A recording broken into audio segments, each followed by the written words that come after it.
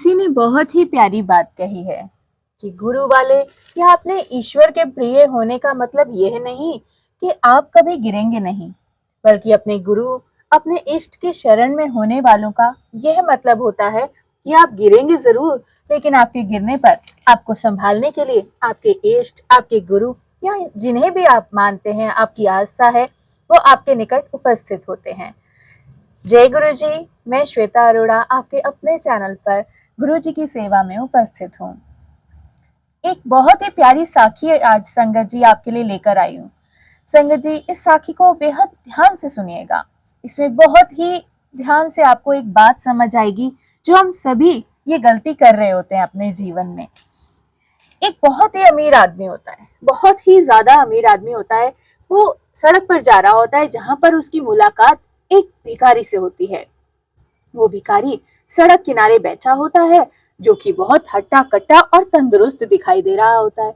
अब वो ऐसे फटे कपड़ों में इतना तंदुरुस्त आदमी भीख मांगता हुआ देखकर वो बड़ा अमीर आदमी उससे पूछता है कि क्या बात है, तुम तो अच्छे हट्टे कट्टे हो, कुछ काम क्यों नहीं करते और कुछ पैसा क्यों नहीं कमाते, भीख क्यों मांग रहे हो, तुम तो बड़े तंदुरुस्त दिख रहे हो। तो वो भिखारी बोलता है कि महाराज, आप इतने बड़े आदमी हैं, मेरी ऐसी स्थिति देखकर अगर आप रुक भी गए हैं मेरे से कुछ बात करने के लिए, तो इसे मैं अपना सौभाग्य समझूंगा।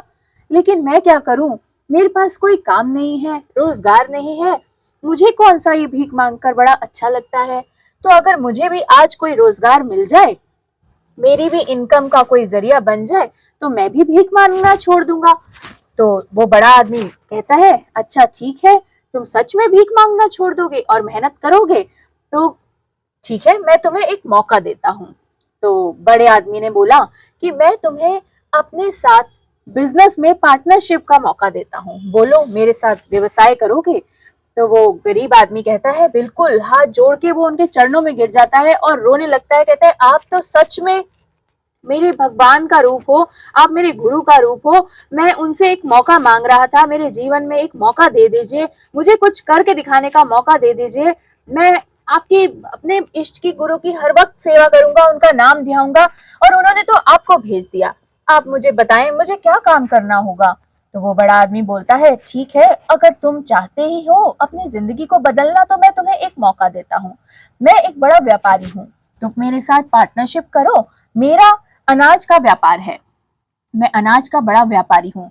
तुम मेरे साथ बस अनाज का, वहां से जिस जगह से हमारा अनाज उगता है वहां से लाके तुम्हें बाजारों में अनाज को बेचना होगा, बस ये काम तुम संभालो।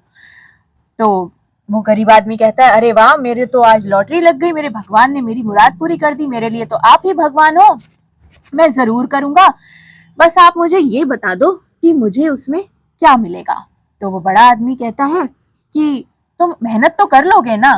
तो कहता है, मैं बिल्कुल मेहनत कर लूंगा, आप मुझे बस ये बताने का कष्ट करें कि कितने % आप मुझे देंगे, क्योंकि सारा काम आपका है, आपका जमाया हुआ काम है, आपने मुझे ये मौका दिया, तो 80 या 90% आप कितना लेंगे महाराज। तो बड़ा आदमी बोलता है कि मैं तुमसे कुछ नहीं चाहता, सारा काम तुम संभालना, बस मुझे उसका 10% दे देना। तो वो भिखारी सुन के हैरान हो जाता है कि इतना बड़ा बंदा और मुझे सामने से आके एक मौका दे रहा है, और मेरी तो वारे न्यारे हो गए, मेरी तो लॉटरी लग गई कि वो बड़ा आदमी 80-90% ना लेकर सिर्फ 10% मांग रहा है। तो वो उसे लगता है मुझसे सुनने में कुछ गलती हुई, तो वो फिर कहता है, महाराज आप मुझे 10% तो देंगे ना, 10 या 20, अगर आप 10 भी देंगे तो मैं खुश हूँ। तो बड़े आदमी ने बोला, नहीं, तुमने कुछ गलत नहीं सुना, ये 10% तुम मुझे दे देना, 90% तुम रख लेना और अपना जीवन जियो, मैं तुम्हें एक मौका देना चाहता हूँ, मुझे तुमसे कुछ नहीं चाहिए। तो वो बहुत खुश हो जाता है भिखारी, और बहुत खुशी के मारे रोते रोते उनको प्रणाम करता है कि ठीक है, आपसे मैं 1 महीने के बाद इसी जगह पर मिलूंगा और वहीं पर मैं आपको आपका 10% दे दूंगा। अब अमीर आदमी उसको काम वाम सौंप देता है सारा। अब वो गरीब आदमी बहुत मेहनत करता है, बहुत मेहनत करता है, और सच में ईमानदारी से इस प्रकार जुट जाता है, इतनी मेहनत करता है कि उसे वो मौका मिला है, कहीं वो उससे चूक ना जाए, इतनी मेहनत करके दिखाता है अपने उस, जो उसका सेठ था बड़ा आदमी, इतनी मेहनत करता है कि सच में उसको महीने के अंत तक बहुत ज्यादा मुनाफा होता है। बहुत उम्मीद से दुगना मुनाफा वो पा लेता है। और अब धीरे धीरे जैसे जैसे वो मुनाफे की करीब आ रहा था, वैसे वैसे वो तारीख भी करीब आ रही थी जिसमें उसने उस बड़े आदमी को 10% देने का वादा किया था। अब जैसे ही वो तारीख निकट आती है तो वो सोचता है मुनाफा तो मुझे बहुत हुआ, ये सारा मेरी मेहनत का है, उस आदमी ने आखिर किया ही क्या है, मुझे एक मौका ही दिया ना बस, तो मैं उसको ये 10% भी क्यों दूं।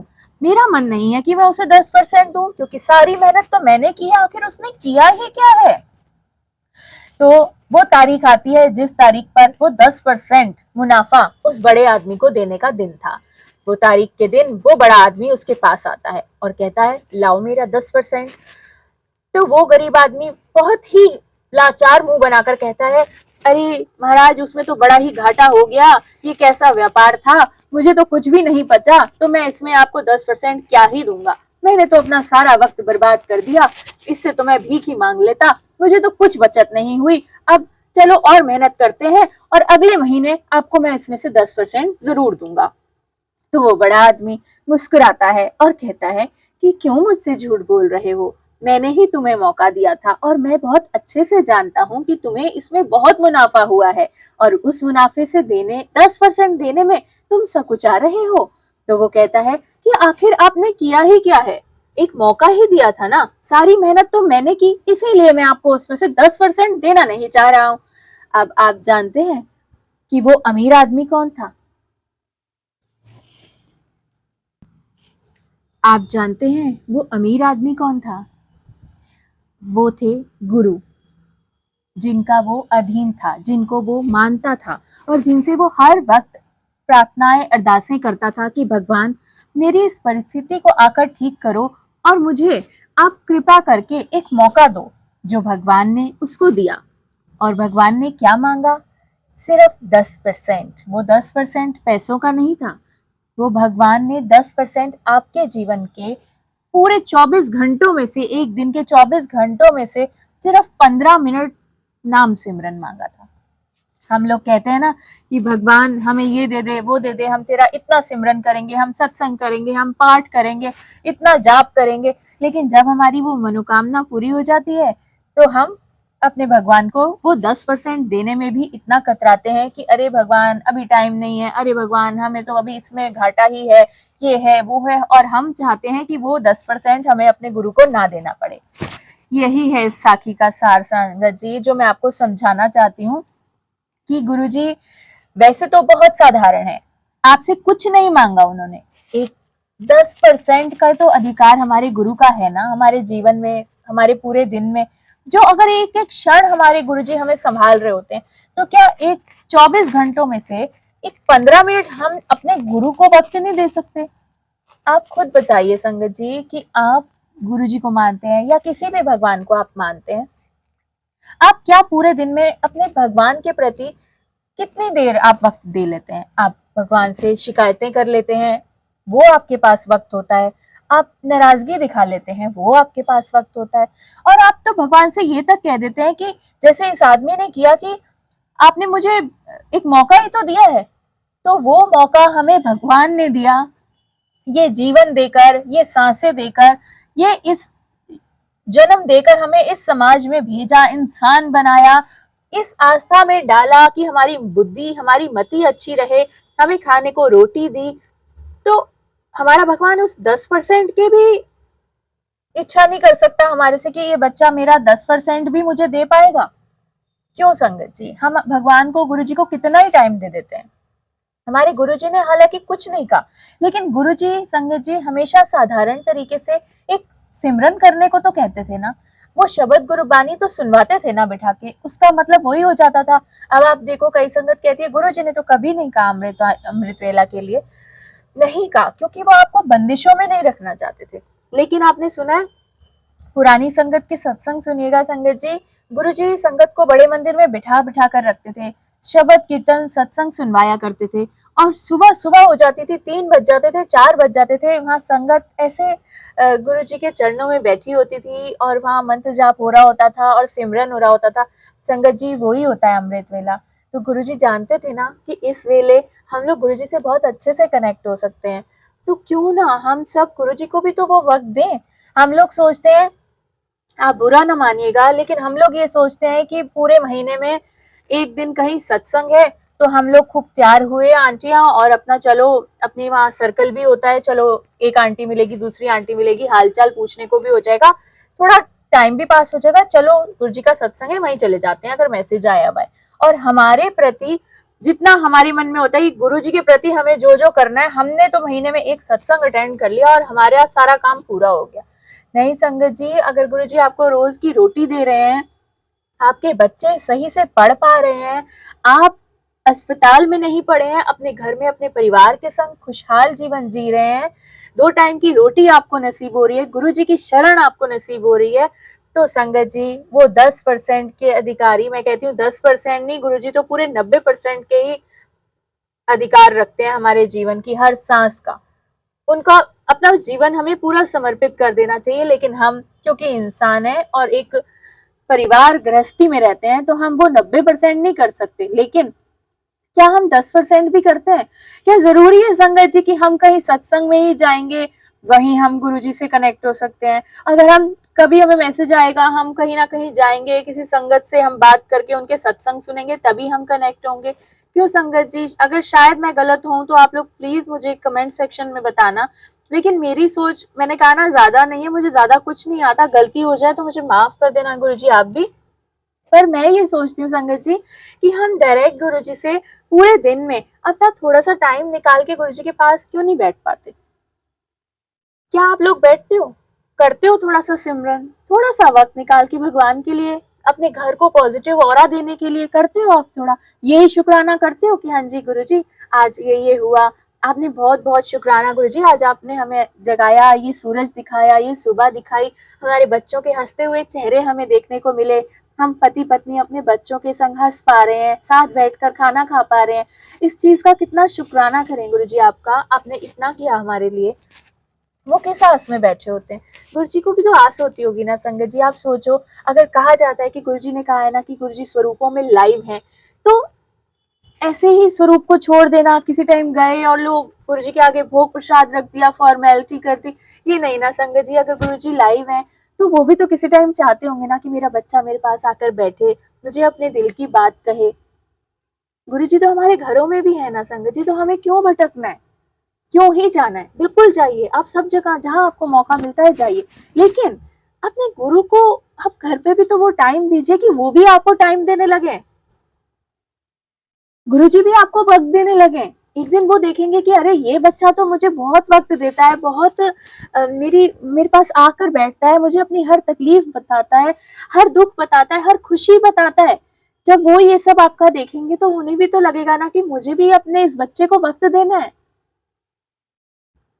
मुझे मैं नहीं जानती संगत जी अगर मैं गलत हूँ तो, मगर मुझे ये लगता है कि जरूरी नहीं है कि हमें भागना ही भागना है हर जगह। ठीक है, बड़ा मंदिर एक ऐसा स्थान है गुरु जी का, जो गुरु जी ने वक्त वक्त पर वहां पर इतनी संगतों का कल्याण किया, जो हमेशा से होगा और होता आ रहा है। सचखंड है वो बिल्कुल। मुझे तो गुरु जी जल्दी से वहां भी नहीं आने का मौका देते, मुझे तो गुरु जी ने अपने घर में ही ऐसा बांध के बिठा रखा है कि नहीं, अगर मैं जा सकती बड़े मंदिर कोई परवाह नहीं है, गुरु जी यहाँ भी बैठे हैं। लेकिन गुरु जी को थोड़ा सा वक्त दो। क्या आप लोग एक बार सोच के देखो कि आप 15 मिनट आप लोग अपने गुरु जी के लिए मंत्र जाप करके नहीं निकाल सकते? गुरु जी के पास बैठकर थोड़ा सा सिमरन कर लें, थोड़ा सा टाइम निकाल लें, एक हटा दें शिकायतों को। क्योंकि कहते हैं संगत जी कि गुरु जी की अरदास, अरदास वो नहीं होती जिसमें आपकी जरूरतों का जिक्र हो, अरदास तो वो है जिसमें मालिक की सारी दी हुई हर रहमत का सिर्फ शुक्र हो, सिर्फ शुक्र हो और सिर्फ शुक्र हो। इसलिए हर श्वास में उनका शुक्राना करो, थोड़ा सा वक्त दो। बिल्कुल साधु नहीं बन जाने को कहा गुरुजी ने, अपनी लाइफ को एंजॉय करो, खुश रहो, मस्त रहो अपने परिवार में, बस कर्मों पर ध्यान रखो। गुरुजी ने अपनी लाइफ को एंजॉय करने के लिए कहा है। अगर सही रास्ते पर हो तो किसी चीज की मनाही नहीं है। मैंने एक सत्संग सुना था कि 2-3 अंकल कहीं से बड़े मंदिर से आते हैं, उन्होंने गले में पेंडेंट पहना होता है गुरुजी का, और वो एक बार में जाते हैं, वहां पर वो ड्रिंक करते हैं और गुरुजी का स्वरूप जो होता है लॉकेट प्रसाद वो उल्टा करके रख देते हैं और सोचते हैं गुरुजी नहीं देख रहे हैं मेरे को। जब अगले दिन वहां पर जाते हैं गुरुजी के पास तो गुरुजी बड़े प्यार से पूछते हैं कि की गले गुरु नु पुट्ठा करके रख दोगे तो मतलब गुरु नहीं फेंकदा पिया, मैं कदी ਤੁਹਾਨੂੰ कुछ ਕਰਨ ਨੂੰ मना ਕੀਤਾ है, सिर्फ मैं ये कहना कि गलत रास्ते ते ना जाना। अगर आप ड्रिंक भी कर रहे हैं तो उससे कभी किसी का नुकसान ना हो, आपके परिवार वालों को उससे कुछ एक लिमिट तक हर चीज ठीक होती है, लेकिन किसी चीज की अति कर देना जिससे सामने वाले को कुछ नुकसान लगे या आप कुछ बुरा कर्म बना लो अपना, वो चीज गलत है। गुरुजी ने कभी किसी चीज के लिए हमें मना नहीं करा, हमें सजने संवरने के लिए मना नहीं किया। लाइफ को गुरुजी ने हमेशा यही बोला कि अगर हस्बैंड वाइफ आपस में प्यार से रहे वो मेरा सत्संग ही हो गया। अगर तुम दोनों प्यार से मिलकर अपने बच्चों का अच्छे से टेक केयर कर पा रहे हो, उनको अच्छे संस्कार दे पा रहे हो, वो मेरी पूरी अरदास पूरी प्रार्थना तुमने कर ली मेरे से, मेरी सारी पूजा कर ली। 33 करोड़ देवी देवताओं की पूजा कर लेते हैं हम अगर गृहस्थ में हम अपने बच्चों को सही से लालन पालन देकर जो संस्कार गुरुजी चाहते हैं उनमें हो वो अगर हम उन्हें दे पा रहे हैं तो संगत जी हो सकता है मैं गलत हूं क्योंकि मेरे को कुछ नहीं आता, पर लेकिन मेरी ये छोटी सी बुद्धि में इतना ही है कि अगर हम अपने अंदर नहीं ढूंढ सकते तो अपने घर में एटलीस्ट गुरुजी को ढूंढ लें, गुरुजी को वहां बिठा लें और बस ये सोच लें कि गुरुजी तो हमारे पास है, हमें जब मौका मिले हम जरूर जाएं। पर लेकिन अगर हम अपने घर में भी हर वक्त गुरुजी के साथ रहेंगे तो कैसा रहेगा ना संगत जी, कोई दुख तकलीफ आएगी नहीं। अगर हम ये सोचेंगे, आप सोचो कि अगर हम कहते हैं ना एक बच्चा तो डॉक्टर बन जाए भाई, आज के टाइम पे पढ़ लिख कर डॉक्टर बन जाए, आजकल डॉक्टरों के चक्कर इतने काटने पड़ते हैं, रात बिरात कभी जरूरत पड़ जाए तो डॉक्टरों पे भागना पड़ता है, जरूरी नहीं है उस वक्त वो डॉक्टर हमें मिल जाए, हमें कोई परेशानी आई है हम कहाँ भागेंगे, एक डॉक्टर ढूंढ के रखते हो ना आप लोग कि हाँ इसका ये संभाल के रखो प्रिस्क्रिप्शन, इसका नंबर रखो, ये फैमिली डॉक्टर है, एट ए टाइम आधी रात को भी जरूरत पड़े तो इस डॉक्टर के पास जाना पड़ जाए तो ये मिल जाए, हमें सही ट्रीटमेंट मिल सके, है ना, करते हो ना। तो संगत जी गुरुजी तो हमारे वही डॉक्टर है, उससे भी बहुत बड़े, ऐसा डॉक्टर जो हमारे घर में ही हो हर वक्त। हम कहते हैं ना हमारा बच्चा एक आध डॉक्टर बन जाए, घर में भी किसी डॉक्टर की जरूरत होती है आजकल, है ना, हर वक्त डॉक्टरों का तो ज्यादा ही आजकल काम है। तो गुरुजी तो वो है, अगर हम गुरुजी हर वक्त घर में हम उन्हें फील करेंगे, हर वक्त सिमरन करेंगे, उनका नाम ध्याते रहेंगे, अगर हमारे यहाँ घर में पार्टी भी चल रही है ना तो पार्टी में भी हम पहले गुरुजी को आगे रखेंगे और गुरुजी के साथ पहले हम हर चीज पहले गुरुजी से शेयर करते हैं। गुरुजी आज बच्चों का बर्थडे है, गुरुजी बताओ आज क्या बनाना है, गुरुजी चलो फिर शाम को आज घूमने जाना है तो कहाँ चलेंगे, हम हर बात गुरुजी से शेयर करते हैं। गुरुजी से कोई, अब मैं यहाँ शेयर नहीं कर सकती, लेकिन अगर कोई ऐसी बात भी होगी ना जो नहीं कर सकते हम किसी के साथ, मैं आपसे भी नहीं कर सकती, वो भी मैं गुरुजी से कर लेती हूँ। गुरुजी ऐसी ऐसी बात है, देखो अब आप प्लीज मुझे बताओ, अब मेरे को उन्होंने ऐसे बोल दिया, अब गुरुजी देखो उन्होंने मेरे संग ऐसे कर दिया। संगत जी आप विश्वास नहीं मानोगे उस प्रॉब्लम का जो मैं गुरुजी के साथ शेयर करती हूँ, मैं किसी को नहीं बताती लेकिन उसका हल निकल जाता है। मेरा अगर कोई दिल दुखा दिया किसी ने, मेरे को किसी चीज से प्रॉब्लम हुई, मैं उस बंदे को कुछ नहीं कहूंगी, लेकिन मैं आके गुरुजी को, गुरुजी देखो मेरे संग उन्होंने ऐसे करा, उन्होंने मेरे को ऐसे बोला, गुरुजी मेरे को बहुत बुरा लगा, अगर मैं गलत नहीं हूँ गुरुजी तो आप इस चीज को बिल्कुल ठीक करो प्लीज गुरुजी। मैं गुरुजी से बोलूंगी और अगली बार जब मैं उस बंदे से मिलूंगी तो अपने आप पता चल जाएगा कि गुरुजी ने कुछ ऐसा किया जिससे उस सामने वाले को भी समझ आ जाए कि क्या सही है और क्या गलत है। वक्त आने पर गुरुजी आपके लिए खड़े भी होते हैं, जवाब भी जरूर देते हैं, क्योंकि मैंने हमेशा ये बात कही है जिसे मैं बहुत फॉलो करती हूँ कि गुरु से अगर आप सीधे कनेक्ट होगे ना, किसी अंकल आंटी के बिना आप सिर्फ गुरुजी से कनेक्ट होते हो ना, तो गुरु आपकी मदद के लिए हर वक्त वो जरूरत की चीज आपको मुहैया कराता है हर जगह पर। आपने सुना है ना कि पत्थर को तोड़ने पर उसके अंदर कीड़े थे, साखी सुनी थी ना, तो उससे भी भगवान से पूछने लगे थे लोग कि इसके अंदर इनको कीड़ों को पालने के लिए अन्न किसने दिया, यहाँ कीड़े कैसे आ गए। तो भगवान को पता है हर जीव को कहाँ पे रोटी पहुंचानी है, पैदा किया है तो वो उसके मुंह में रोटी भी डालेगा, लेकिन एक 10% का अधिकारी तो वो होगा ना, इतना सब करेगा जो हमारे लिए। और हम लोग कह देते हैं आपने हमारे लिए किया ही क्या है, क्या करते क्या हो आप हम कई बार ये भी कह देते हैं आप बस ऐसे स्वरूप में हंस रहे होते हो, आपको हमारी कोई परेशानी नहीं दिखती, या जो भी हमारे इष्ट या भगवान होते हैं हम लड़ लेते हैं बड़ी बुरी तरह से उनसे, आपने किया ही क्या है। एक दुनिया में ही तो भेजा है सिर्फ, या हम माँ बाप को भी तो ऐसे ही कह देते हैं, पैदा ही तो किया है आपने, और जितना स्ट्रगल है वो तो हम झेल रहे हैं ना, हमें पता है लाइफ कैसे जी रहे हैं हम। ऐसे ही भगवान को कह देते हैं कि किस बात का 90% का 10% हम आपको क्यों दें, 100% हमारा होता है, आपने क्या किया है, सिर्फ जीवन ही तो दिया है हमारे को। और जीवन में इतनी प्रॉब्लम्स तो हम फेस कर रहे हैं, आपको क्या पता, आपको क्या पता, जिसने सब कुछ दिया उसे क्या पता। तो संगत जी, हम क्या क्या करते हैं ना, दिन भर में हम छोटी छोटी ही होती हैं लेकिन बहुत सी गलतियां करते हैं, लेकिन इन मुझे कुछ समझ नहीं है, मैं बिल्कुल इतनी संगत के सत्संग होते हैं बहुत प्यार से और बहुत ही डिवाइन उसमें वो सुनाते हैं, मगर मुझे कुछ नहीं आता।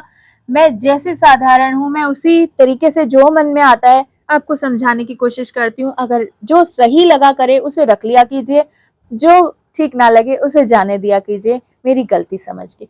पर लेकिन संगत जी, मैं उसे ही फॉलो करती हूँ, क्योंकि मेरा मानना यही है कि भगवान को 10% नहीं, उन्हें 90% दीजिए। अगर दिन भर में हम थोड़ा सा वक्त निकाल कर अपने गुरुजी के पास बैठेंगे, रोज उनसे थोड़ा सिमरन में जुड़ेंगे, सिमरन करने को तो गुरुजी भी कहते थे ना। अगर हम सोचने लगे कि अरे किसी संगत को कॉल की, हाँ जी आज वहां सत्संग है, चलो चलो मैं आती हूँ, बैठे हैं, चलो गुरुजी को भी थोड़ा वक्त दे आते हैं, सत्संग में चले गए, 2-4 आंटियों का हाल चाल पूछा, लंगर किया, गुरुजी को प्रणाम किया और चलो आ गए। आप ये बताओ, आप उसमें कितना ही कनेक्ट हो गए। या तो आप बिल्कुल उस तरीके को फॉलो कीजिए कि आप जा रहे हो, सिमरन में ध्यान दीजिए, कोई आंटी कोई अंकल आपको दिखाई नहीं देना चाहिए, किसी का हाल चाल पूछने की जरूरत नहीं है। कई संगत होती है सत्संग में जाती है, उसके बाद सत्संग में स्ट्रिक्टनेस होती है कि बात नहीं करनी, बाहर निकलते ही और आंटी किस तरह और आंटी किस तरह करके अपना जितना कमाई करी होती है नाम सिमरन की, सब वहीं जोड़ों में ही रख के चले जाते हैं वापस। फिर घर चले जाते हैं, रास्ते में कोई सब्जी वाला दिख गया, चलो उससे 2 बातें कर ली, सब्जियां ले ली, चलो दूसरी आंटी मिली, चलो उसके यहाँ होके चलते हैं, या वो काम याद आ गया टेलर पे चले गए। सारा अपना जितना पॉजिटिव हो रहा था वो वापस छोड़ छाड़ के और जगह की नेगेटिविटी इकट्ठी करके और अपने घर चले जाते हैं। फिर कहते हैं कि मैं तो गुरु जी के पास गई थी, गुरु जी मैं इतना में आती हूँ, आपको इतना टाइम देती हूँ, तब भी मेरे जीवन में कुछ अच्छा नहीं हो रहा। संगत जी, भगवान को दोष देना छोड़ के ना, एक टाइम तक हम देते हैं, लेकिन आप लोग कभी ना सोच के देखो कि अगर आपका काम नहीं बन रहा है तो कहीं ना कहीं आप गलत हो। और जिस दिन अपने ऊपर गौर करना शुरू कर दोगे ना, और आपको वो एहसास भी गुरुजी करवाएंगे कि हाँ देख ये गलती हो रही है तेरे से, इसे सही कर ले, तेरा काम बन जाए। तो गुरुजी हमेशा कहते थे ना कि सत्संग में जाते हो वहां से सीधे घर जाया करो। क्यों कहते थे? कुछ रीजन होगा ना संगत जी। वहां बिठा के आपको शब्द गुरबानी सुना के, जो वो इतना ऑरा आपका पावरफुल करके आपकी फैमिली में भेजते हैं आपको, तो वो अगर इधर उधर आप जाओगे, इधर उधर ही रह जाएगा ना वो तो उसको यहाँ वहां नहीं करना है, उसे घर लेकर जाना है। गुरुजी बहुत प्यारे हैं संगत जी, एक एक क्षण की हमारी खबर रखते हैं, अंग संग सहाय रहते हैं। तो आप उनसे डर के भी चलो कि हमारी वो ये हरकतें भी देख रहे हैं, अगर में हमारे संग कुछ गलत हो रहा है तो उस टाइम अगर वो अंग संग है, हम ये मांगते हैं कि गुरुजी हमारे अंग संग है और आके हमारे को इस चीज से बचा लेते हैं, तो हमारे गलत कर्मों को भी तो वो देख रहे होंगे ना। और आपको ये नहीं लगता फिर वो क्या सोच रहे होंगे। तो जय गुरु जी संगत जी, आज के लिए सिर्फ इतना ही। शुक्राना गुरु जी, अनंतम अनंतम शुक्राना आज के सत्संग का। जो भी भूल हुई हो मुझे माफ कर देना। संगत जी आप भी, गुरु जी आप भी। और इसी तरह मैं छोटी छोटी प्यारी प्यारी साखियां साधारण से शब्दों में मैं जो आपको समझा पाऊं वो मैं लाती रहूंगी। बाकी इस चैनल को सब्सक्राइब जरूर करें, आगे शेयर सत्संग को जरूर करें ताकि मेरी सेवा आगे बढ़ पाए। जय गुरु जी, शुक्राना गुरु जी। संगत जी मैं बहुत मैसेज देख रही हूँ आप लोगों के कि आप लोग मुझसे बात करना चाहते हैं, मुझसे मिलना चाहते हैं, तो मैं बिल्कुल आप लोगों से मिलना चाहती हूँ। बस मुझे सिम की एक थोड़ी प्रॉब्लम आ रही है, मुझे 2 से 3 दिन दे दीजिए, मैं एक नंबर शेयर करूंगी जिस पे हम लोग आपस में बात भी कर पाएंगे।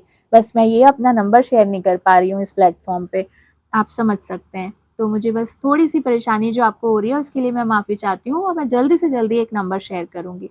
जय गुरु जी, शुक्राना गुरु जी। पॉजिटिव रहिए, खुश रहिए और दिन में 15 मिनट तो कम से कम गुरु जी के सिमरन में ज़रूर लगाइए, ठीक है? जय गुरु जी, शुक्राना गुरु जी, अनंतम अनंतम शुक्राना।